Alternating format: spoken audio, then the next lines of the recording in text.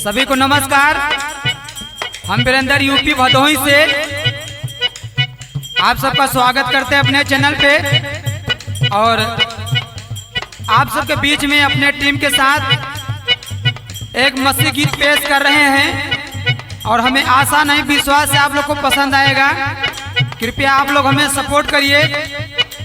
और इस गाने में हारमोनियम पे स्वर दे रहे हैं हमारे नगेंद्र भाई और ढोलक नाल पे